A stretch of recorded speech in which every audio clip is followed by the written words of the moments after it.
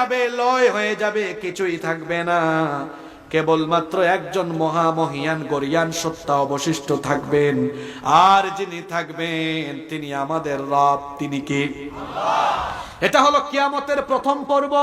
আসমান শেষ, জমিন শেষ, পাহাড় শেষ, সাগর শেষ, সবকিছু শেষ হয়ে যাবে।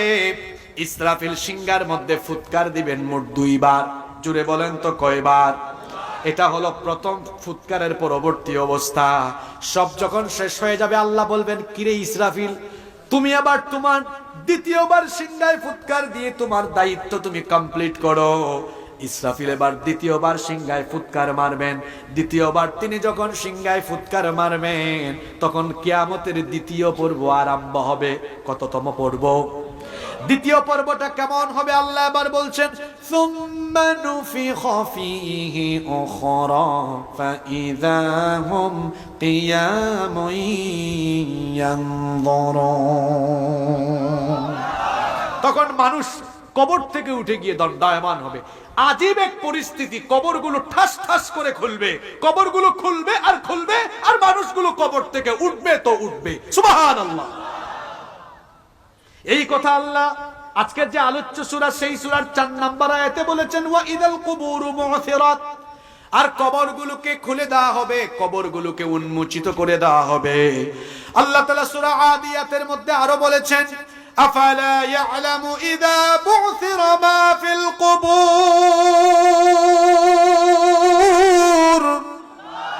মানুষ কি ওই সময়টার কথা জানে না যখন কবরকে খুলে দেওয়া হবে? কবরগুলো খুলবে, কবরগুলো উন্মোচিত হবে, কবর থেকে আপনি উঠবেন। ও আমার বাবারা, আমার ভাইয়েরা, কবর থেকে কেমনে উঠবেন? কি সুন্দর সুন্দর টুপি আর কি সুন্দর সুন্দর জামা গায়ে দিয়ে আপনারা এখানে এসেছেন, কিন্তু কবর থেকে মানুষ কেমনে উঠবে শোনেন। আল্লাহর নবী বলেছেন, ইউহশারুন নাসু ইয়াউমাল কিয়ামাতি হুফাতান উরাতান গারলা।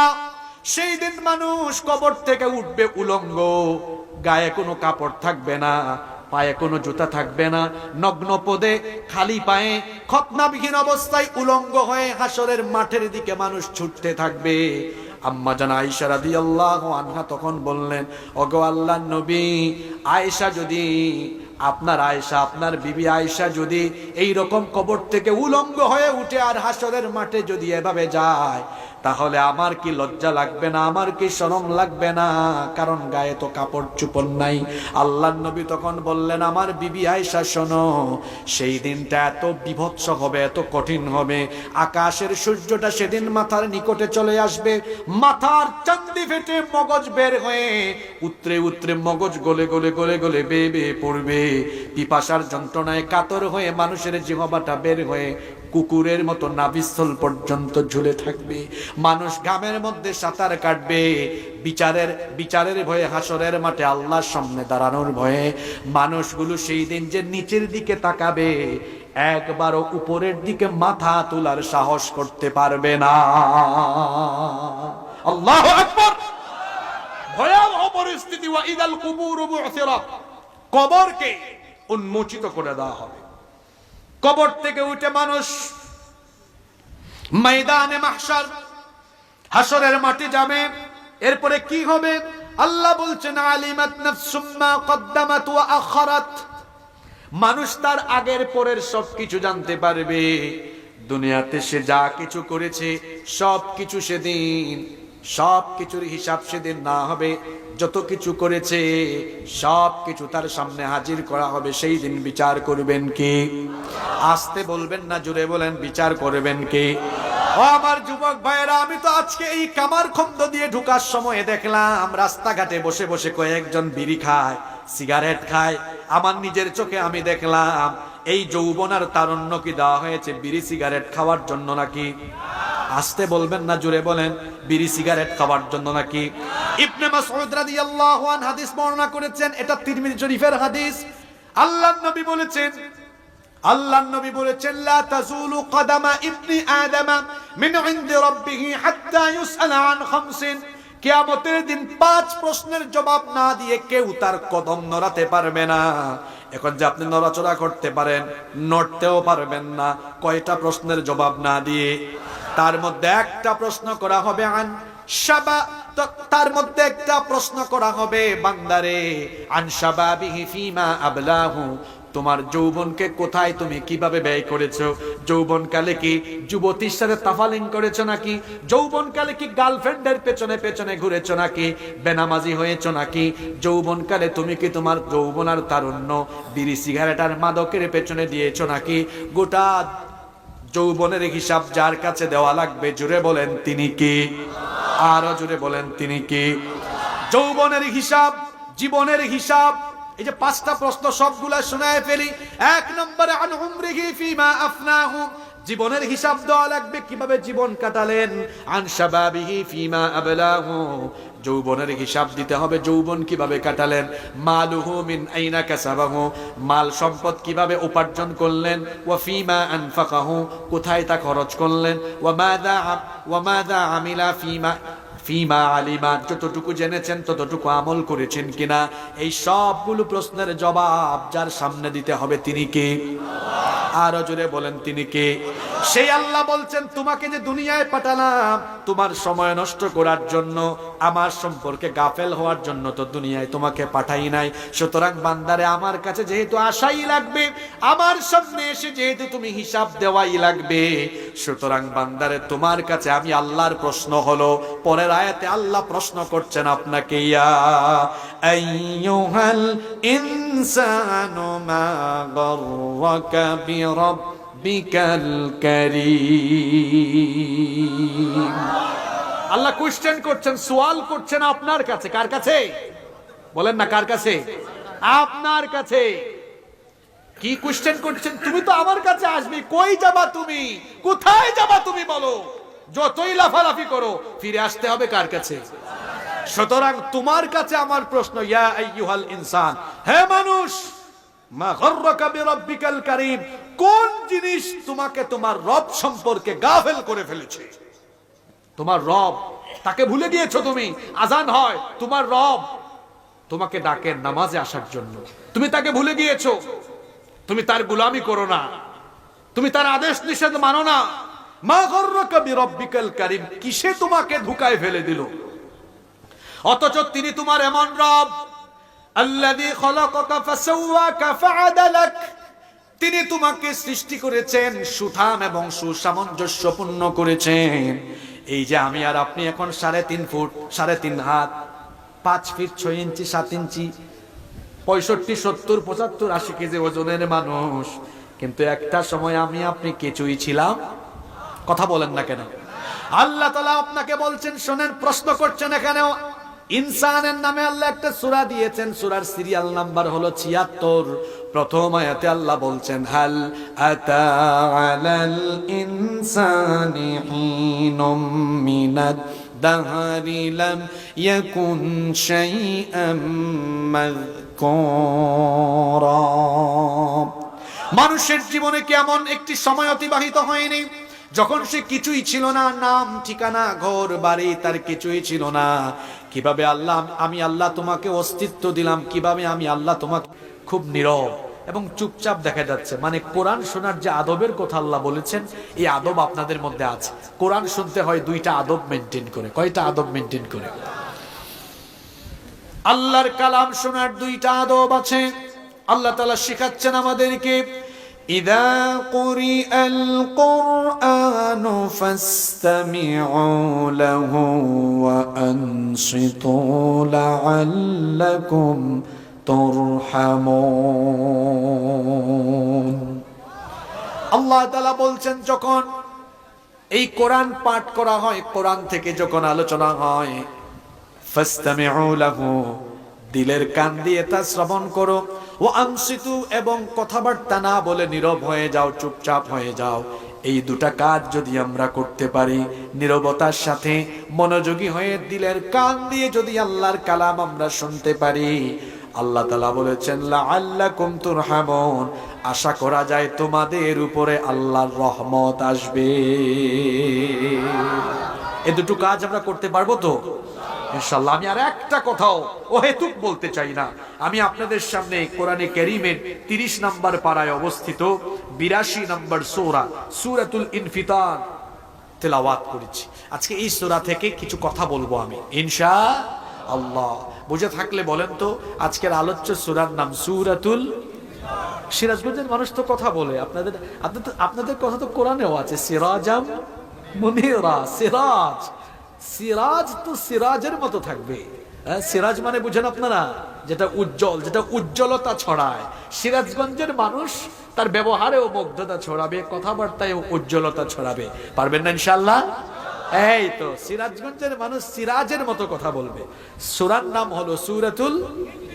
সবাই একটু কষ্ট করে বলেন না, সূরাতুল ইনফিতার। এটা কত নাম্বার পারায়? একটু জোরে বলেন। 30 নাম্বার পারায়। আব্বা আপনি কথা বলবেন না, রাগ করছেন? এটা 30 নাম্বার পারায়, সূরা নাম্বার 82। সূরার নাম্বার কত? এই সূরা নাজিল হয়েছে মক্কায়, এজন্য সূরাটিকে বলা হয় মাক্কিয়া।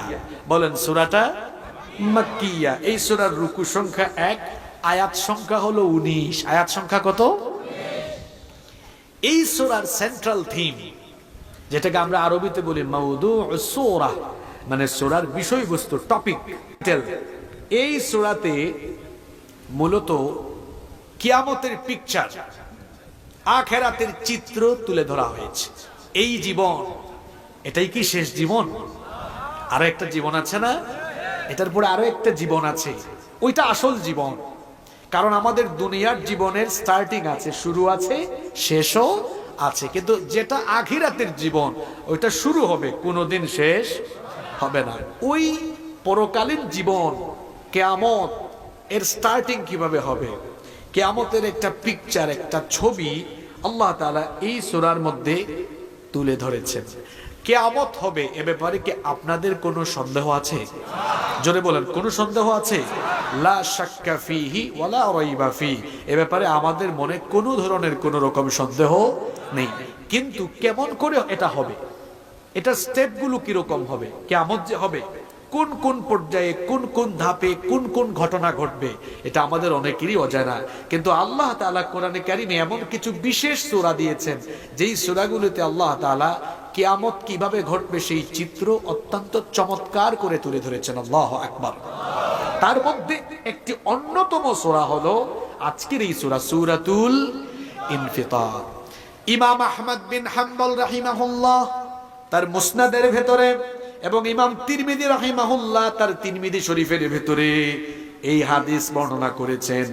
আন ইবনে উমর রাদিয়াল্লাহু আনহুমা قال قال رسول الله আমার সাথে পড়েন সাল্লাল্লাহু আলাইহি ওয়াসাল্লাম। আব্দুল্লাহ ইবনে উমর রাদিয়াল্লাহু আনহুমা এই হাদিসের বর্ণনাকারী সাহাবী, তিনি বলছেন আল্লাহর রাসূল বলেছেন, মান সাররাহু আন ইয়ানজুরা ইলা ইয়াউমিল কিয়ামাতি কাআন্নাহু রা'য়ু আইন। আল্লাহর নবী বলেছেন, তোমাদের কেউ যদি কিয়ামতের চিত্র দেখতে চায়, কিভাবে কিয়ামত ঘটবে, কিভাবে শুরু হবে, উদ্বোধন হবে, কেমনে সেটা ঘটবে, এটা যদি কেউ জানতে চায়, বুঝতে চায়, উপলব্ধি করতে চায়, তাহলে সে যেন 3টা সূরা পড়ে। সেই 3টা সূরা হলো সূরাতুল ইনফিতার, সূরাতুল ইনশিকাক এবং সূরাতুত তাকবীর। এই 3টা সূরা যদি কেউ পড়ে এবং হৃদয়ঙ্গম করতে পারে, বুঝতে পারে, তাহলে ঘরে বসেই সে কিয়ামতের চিত্র দেখতে পারবে। তার মধ্যে একটা সূরা হলো আজকের সূরা, সূরাতুল ইনফিতার। চলেন আমরা সময় নষ্ট না করি, আরম্ভ করি। এই সূরার প্রথম 5টা আয়াতে কিয়ামতের 2 পর্বের কথা বলা হয়েছে। আসলে কিয়ামত ঘটবে 2 পর্বে। কিয়ামত ঘটবে কয় পর্বে? মুখস্থ করে ফেলবেন আজকে। কিয়ামত ঘটবে 1 পর্বে না 2 পর্বে? কিয়ামত হবে কি বারে বলেন তো দেখি? মাশাআল্লাহ, এই তো পারেন আপনারা। কি বারে? জুমাবারে। জুমাবারে সূর্য উঠবে কোন দিকে? যেদিন কিয়ামত অনুষ্ঠিত হবে সেই দিন সূর্য পূর্ব দিকে উঠবে না, সেই দিন সূর্য পশ্চিম দিকে উঠবে। পশ্চিম দিকে যখন সূর্য উঠবে, জুমার দিনে কিয়ামত অনুষ্ঠিত হবে। আর কিয়ামত 1 পর্বে অনুষ্ঠিত হবে না, কিয়ামত অনুষ্ঠিত হবে কয় পর্বে? এই 2 পর্বে কি কি ঘটবে এই সূরার প্রথম 5টি আয়াতে সেটা আল্লাহ তুলে দিয়েছেন। যারা পারেন আমার সাথে পড়েন। আল্লাহ তাআলা বলছেন, ইদাস সামাউন ফাতারাত وإذا الكواكب انتثرت وإذا البحار فجرت وإذا القبور بعثرت علمت نفس ما قدمت وأخرت الله أكبر প্রথম 5 আয়াত আমরা আলোচনা করেছি এই 5 আয়াতের মধ্যে প্রথম 3 আয়াতে প্রথম পর্বের কথা বলা হয়েছে প্রথম কয় আয়াত 3 আয়াতে কোন পর্ব প্রথম পর্ব কিয়ামতের এই 2 পর্ব উদ্বোধন করার জন্য আল্লাহ তাআলা একজন বিশেষ ফেরেশতা বানিয়েছেন সেই ফেরেশতার নাম হলো ইসরাফিল বলেন তো দেখি কিয়ামতের ঘটনা ঘটানোর জন্য আল্লাহ যে ফেরেশতা বানিয়েছেন সেই ফেরেশতার নাম কি ওই ফেরেশতার দায়িত্ব হলো সিংহাধ্বনি সিংহায় ফুৎকার দেওয়া ওই ফেরেশতাকে বানানোর পর থেকে সেই ফেরেশতা তার মুখের সামনে বিশেষ সেই সিংহা নিয়ে অপলক নয়নে আরশে আজিমের দিকে অপলক নয়নে তাকানোর পাশাপাশি কান পেতে আছেন কখন আল্লাহর তরফ থেকে আদেশ আসবে জুমাবারে যেই দিন সূর্য পশ্চিম দিগন্ত থেকে উদিত হবে আল্লাহ তাআলা তখন ইসরাফিলকে বলবেন ইসরাফিল তুমি তোমার দায়িত্ব পালন আরম্ভ করো তুমি তোমার সিংহাধ্বনি বাজাও ইসরাফিল আলাইহিস সালাম তখন আল্লাহর আদেশ পাওয়ার পরে সিংহায় প্রথমবার যখন ফুৎকার মারবেন প্রথমবার সিংহায় ফুৎকার মারার সঙ্গে সঙ্গে কি হবে আল্লাহ তাআলা কোরআনে কারীমে বলছেন ওয়া নুফিখা ফিস সূরি ফাসাইকা মান ফিস সামাওয়াতি ওয়া মান ফিল আরদি ইল্লা মান শাআ আল্লাহ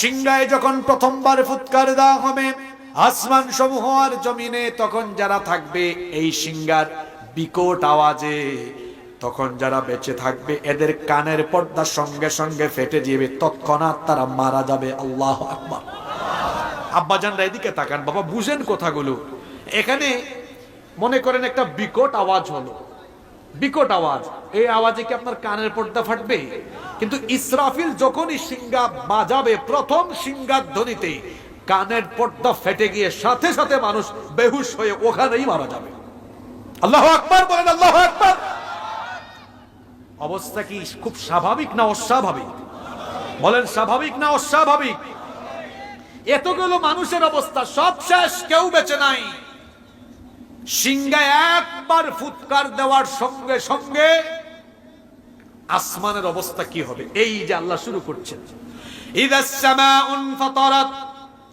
সিংহাধ্বনির পরে আসমান ফেটে যাবে বিদীর্ণ হয়ে যাবে কেমন সিংহাধ্বনি বুঝেন তো আসমান কি হবে জোরে বলেন আসমান কয়টা কয়টা الذي خلق 7 سماوات طباقا তিনি 7 আকাশ 7 স্তরে বানিয়েছেন 7টা আসমান ভেঙে টুকরা টুকরা হয়ে যাবে বাবারা দেখেন আসমানের আয়তন আসমানের বিশালতা দেখেন এই কামারখন্দেও আপনি যদি থাকেন আসমান দেখবেন যদি সিরাজগঞ্জ শহরে যান নীল আসমান দেখবেন ঢাকায় গেলে সেখানেও আসমান দেখবেন আপনি দুবাইয়ে যান ইউরোপে যান আমেরিকায় যান যেখানেই যান না কেন সেখানে আসমান আছে না নাই এই যে দেখেন আমি ধারণা করছি এই প্যান্ডেল হয়তোবা সব মিলিয়ে এখানে 20 থেকে 25,000 স্কয়ার ফিট হতে পারে 20-25,000 স্কয়ার ফিট শামিয়ানা প্যান্ডেল দাঁড় করানোর জন্য এখানে খুঁটির সংখ্যা কম না বেশি জোরে বলেন কম না বেশি কিন্তু আসমানের সীমানা বিজ্ঞানীদের বাপদাদারাও জানে না বিশাল এই আসমান মাথার উপরে যিনি স্থাপন করেছেন তিনি কি এই আসমানকে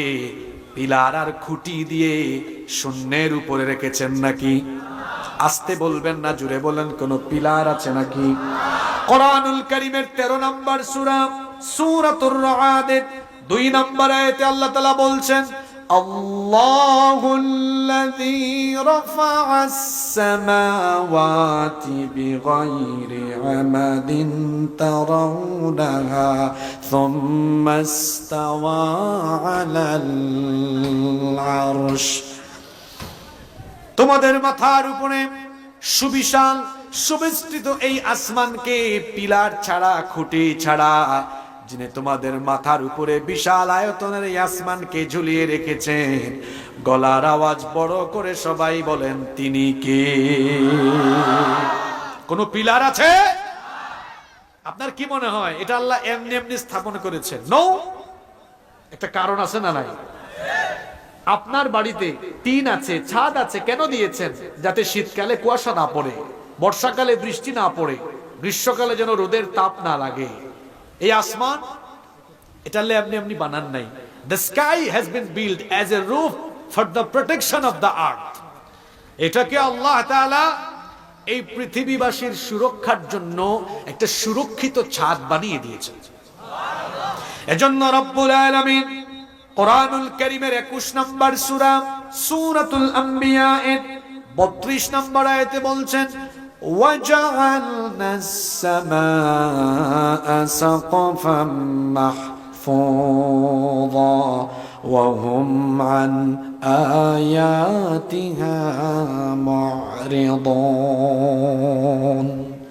আর তোমাদের মাথার উপরে এই সুবিস্তৃত আসমানকে আমি সুরক্ষিত ছাদ বানিয়েছি। এটা সুরক্ষিত ছাদ কেন? এটা যদি না থাকতো, বিজ্ঞান বিভাগে যারা পড়াশোনা করেন তারা জানেন মহাশূন্যে অসংখ্য উল্কাপিণ্ড আছে। কোন একটা উল্কা যদি কোনো কারণে পৃথিবীতে একবার পড়ে যেতে পারত, মানুষ তো দূরের কথা, জিন, পশুকুল, প্রাণীকুল, উদ্ভিদকুল, গাছপালা, নদ নদী যা আছে সবকিছু একেবারে জলে পুড়ে ভস্মীভূত হয়ে যেত। উল্কাপিণ্ড যেন মহাশূন্য থেকে এদিকে আসতে না পারে, এজন্য আল্লাহ আসমানের মধ্যে বায়ুমণ্ডলীয় স্তর সৃষ্টি করে রেখেছেন, যাতে করে উল্কাগুলো সরাসরি আসতে না পারে। আবার অন্যদিকে দেখেন, এই যে সূর্য, এই সূর্যকে আমরা অনেক ছোট দেখি, কিন্তু এই সূর্য হলো পৃথিবী থেকে 15 কোটি কিলোমিটার দূরে অবস্থিত। আল্লাহু আকবার। সূর্যের আলো সেখান থেকে পৃথিবীতে আসতে সময় নেয় 8 মিনিট 10 সেকেন্ড। এই যে প্যান্ডেলের মধ্যে এতগুলো লাইট লাগালো, মনে করেন এই যে এখানে এতগুলো লাইট পেঁচায় দিয়েছে, আমি ধারণা করলাম, মনে করলাম এখানে একটা যদি 100 করে হয়, যদি এখানে 20টা হয় তাইলে আমি ধরলাম 2000 ইউনিট।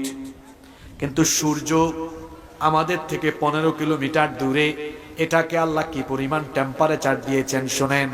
বিজ্ঞানীরা গবেষণা করে বলছেন যে সূর্যকে আল্লাহ তাআলা 1,40,00,000 সেন্টিগ্রেড তাপমাত্রা দিয়েছেন। সুবহানাল্লাহ কইতে ইচ্ছে করে না গো? আপনি 1,40,00,000 সেন্টিগ্রেড আপনি বুঝেন নাই। আচ্ছা, আজকে টেম্পারেচার কত? এখানে কারা কথা বলে সরাই দেয়, এরা বেশি ওয়াজ বুঝে। এই দেখেন আজকে টেম্পারেচার 26 ডিগ্রি। কত ডিগ্রি? সূর্যের কাছে আছে কত? 1,40,00,000 সেন্টিগ্রেড। আসছে কত এখানে? 26। গরমের কালে 40-42 যদি হয়, ইউরোপ এই আপনার মিডল ইস্টে 51-52-56 যায়, কিন্তু আসে কত? 1 কোটির উপরে। 52-56 হলে এসির ভিতরে চলে যায়। এটা যদি ফুল হিট দিত তাইলে কেউ থাকতে পারতো? আপনি কি কখনো চিন্তা করেছেন কেন এটার ফুল হিটিং আসে না?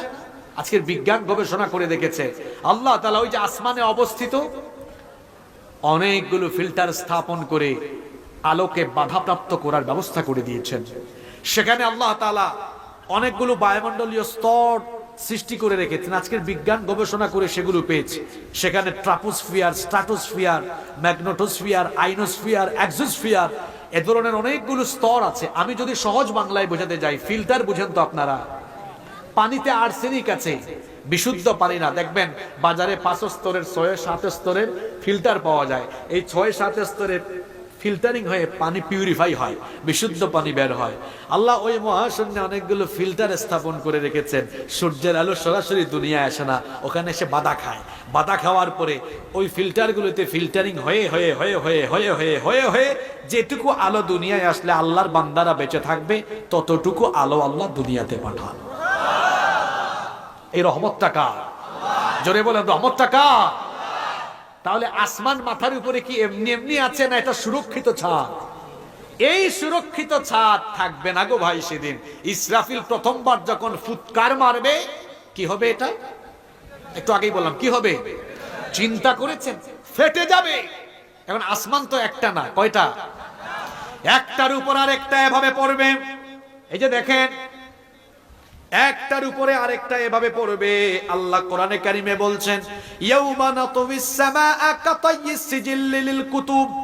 একটা কিতাব পড়ার পরে যেমন তার পৃষ্ঠাগুলোকে গুটিয়ে ফেলা হয়, ইসরাফিলের সিংহার ফুৎকারের পরে আল্লাহ আসমানগুলোকে একটার উপর একটা ঠাস ঠাস করে ফেলে দিয়ে সেগুলোকে আল্লাহ গুটায় ফেলবেন। সবগুলা আসমান শেষ। আল্লাহু আকবার। কি ভয়ঙ্কর পরিস্থিতি! এরপরে আয়াতে আল্লাহ বলছেন, ওয়া ইদাল কাওয়াকিবু ইনতাসারাত। নক্ষত্ররাজি সেদিন তারকাগুলো বিক্ষিপ্ত হয়ে যাবে, তারকাগুলো খসে খসে পড়ে যাবে। ওয়া ইদাল বিহারু ফুজ্জিরাত। সাগরকে ফাটিয়ে দেওয়া হবে। কোরআনে কারীমের 81 নম্বর সূরা সূরাতুত তাকবীরের প্রথম আয়াত থেকে আল্লাহ আরো চমৎকার করে বলছেন, ইদাশ শামসু কুওয়িরাত ওয়া ইদান নুজুমু কাদারাত ওয়া ইদাল জিবালু সুয়িরাত। সূর্যকে গুটিয়ে ফেলা হবে, সূর্য আলোকহীন হয়ে যাবে। অন্য আয়াতে আল্লাহ বলেছেন, ফাইদা বারিকাল বাসারু ওয়া খাসাফাল কমারু ওয়া জুমিআশ শামসু ওয়াল কমার ইয়াকুলুল ইনসানু ইয়াওমাইদিন আইনাল মাফার। চাঁদ এবং সূর্য নিষ্প্রভ হয়ে যাবে, টুকরা টুকরা হয়ে যাবে। সূর্য আলোকহীন হয়ে যাবে, চাঁদও আলোকহীন হয়ে যাবে। এমনকি বিরাট বিরাট সাইজের তারকা পুঞ্জ সেদিন দীর্ণ বিদীর্ণ হয়ে টুকরা টুকরা হয়ে খসে খসে পড়ে যাবে। আল্লাহু আকবার। সূর্য কত বড়! পৃথিবীর চাইতে সূর্য হলো 13 লক্ষ গুণ বড়। মানে সূর্যের ভেতরে 13 লক্ষ পৃথিবী রাখা যাবে। আল্লাহু আকবার পড়বেন না? আবার যে তারকা আমরা দেখি, সর্বশেষ অ্যাস্ট্রোনমি ম্যাগাজিনে একটা তথ্য প্রকাশিত হয়েছে। সেখানে বিজ্ঞানীরা একটা তারকার কথা বলেছেন। এটা তাদের যন্ত্রপাতি দিয়ে দেখা, তাদের গবেষণা অনুযায়ী এটা তাদের পাওয়া সর্বশেষ বড় তারকা। কিন্তু এর চেয়েও বড় তারকা মহাশূন্যে আছে না নাই? তারা ওইটার নাগাল পান নাই। যতটুকু নাগাল পেয়েছে, এটার নাম হলো ওয়াই-ইউ স্কুটি। Y-you scooty. তারা বলেছেন এই ওয়াই-ইউ স্কুটি তারকা হলো 500 কোটি সূর্যের সমান। এ ধরনের একটা তারকা আছে নাকি? হ্যাঁ, বিজ্ঞানীরা বলেছেন যে বিলিয়ন ট্রিলিয়ন তারকা এক একটা গ্যালাক্সির ভেতরে আল্লাহ রেখে দিয়েছেন। সুবহানাল্লাহ। তাহলে গ্যালাক্সি আছে কত? বিজ্ঞানের সর্বশেষ প্রাপ্ত তথ্য মতে বিজ্ঞানীরা বলেছেন পৃথিবীতে 2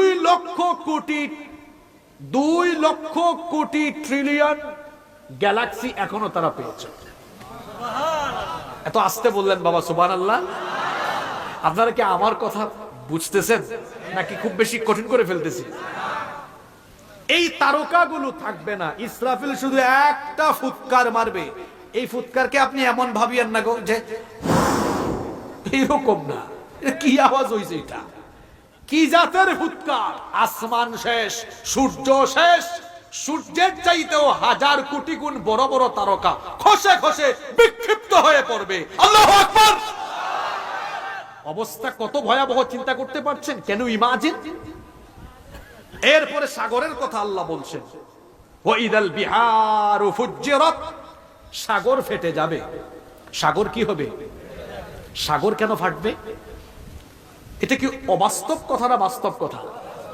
কিন্তু বাস্তব তো বললেন। যদি বলি বাবা কেমনে ফাটবে একটু ব্যাখ্যা দেন তো, তখন তো হা করে তাকায় থাকবে। সাগর কেমনে ফাটবে শুনেন। কুরআন বুঝার একটা মজা আছে।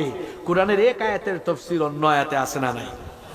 ওই যে ইসরাফিল সিংহার ধ্বনি দেওয়ার সঙ্গে সঙ্গে গোটা দুনিয়ায় সেদিন এক প্রবল ভূমিকম্প হবে।